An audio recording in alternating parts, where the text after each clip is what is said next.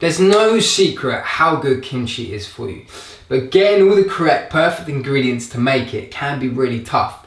So I put together this really easy recipe, because finding Korean radish in Tesco's isn't possible. I've never been able to find that stuff in a supermarket. So everything I've got here: 1 inch of grated ginger, 1 tablespoon of chili paste, use sriracha, make up your own chili paste, 8 grated radishes, 1 large grated carrot, 1 teaspoon of the sugar. The sugar's there mainly for the fermentation, because we need the sugar to take away and add all of that amazing bacteria that kimchi provides for you. 3 grated spring onions, 3 crushed garlic, our Chinese leaf, organic Chinese leaf, and then you will need about a tablespoon of sea salt as well, and your rice vinegar. I'm going to start off by chopping up the Chinese leaf.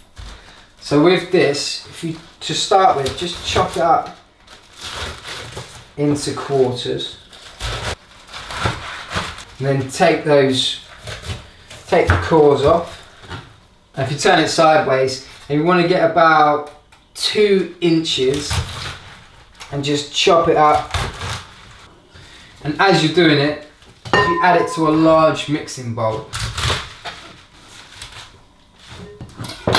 Okay, once that's in your bowl, if you then add your salt as well, and then mix that all in, and just try and mix it up until the salt becomes soft and not quite as coarse. And that'll give you a good indication that the lettuce has really been penetrated by the salt.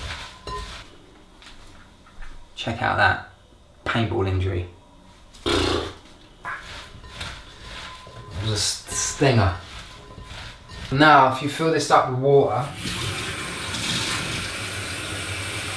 not too much, but just enough so that all the lettuce can be submerged in it. And then, pop a plate down on top of that. And just something on top to weight it down a little bit to keep it on there. And now, it's a little bit of waiting time, but it's good if you leave that about an hour.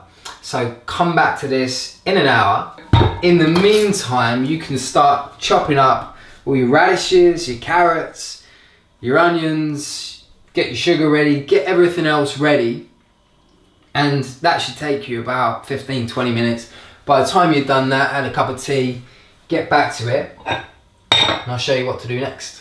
Okay, so our hour's passed. Let's get this Chinese leaf out. Put this in a colander. You want to try and rinse that salt off of it. So rinse this through a few times.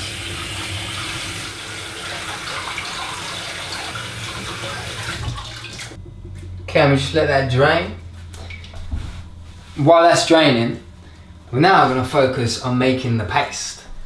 Obviously this is where the majority of the flavour is going to come, and where that fermentation is really going to kick in.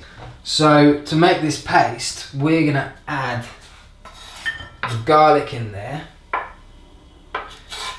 add the sugar in there, get the ginger in there, and get the paste in there as well. But as well, I didn't add the rice vinegar into the paste, so make sure you add that in. And then just start mixing this up into a bit of a paste. I'm just using this back of a spoon. You can use your hands, get some marigolds on, use them as well. Now the bowl you were using to put the Chinese leaf in, I dry that up because now you want to convert that paste in there, because we're going to mix that in with the cabbage now.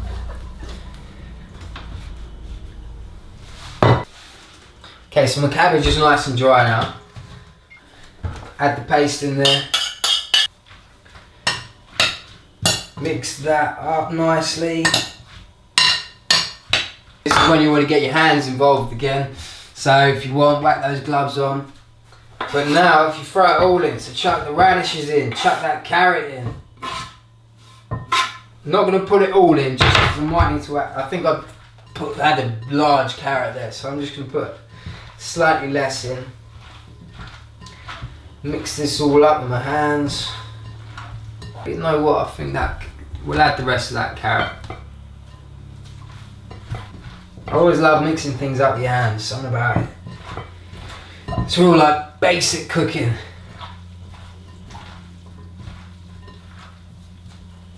Okay, so that is all dressed perfectly. Give my hands a quick wash. And now all I'm going to do is whack it in a jar. All the ingredients that I've done probably want about a kilogram jar. I've got just under that. I'm going to fill this to the brim. Using the hands again. Just get all this in. And squeeze it down. Make sure it's nice and compact. The ginger mixed in with that radish, all the chili and the garlic. Oh, it's to die for. Okay, so I'm just squeezing in the last bit, and there'll probably be a little bit of sauce left at the end. Pour that in as well.